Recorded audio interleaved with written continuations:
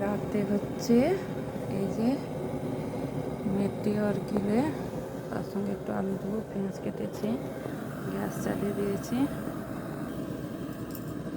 তেল গরম হয়ে গেছে, একটু চিনি দিয়েছি, এবার পেঁয়াজগুলো দেবো।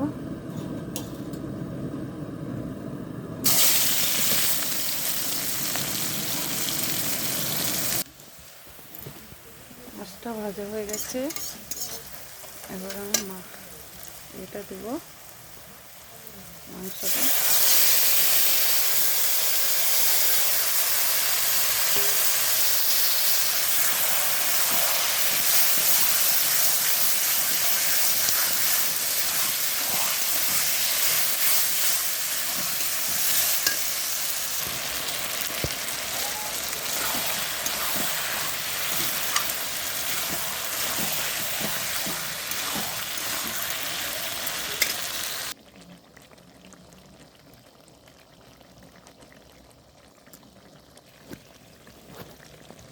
তরকারি হয়ে গেছে, এবার তরকারিটাকে আমি নামাবো।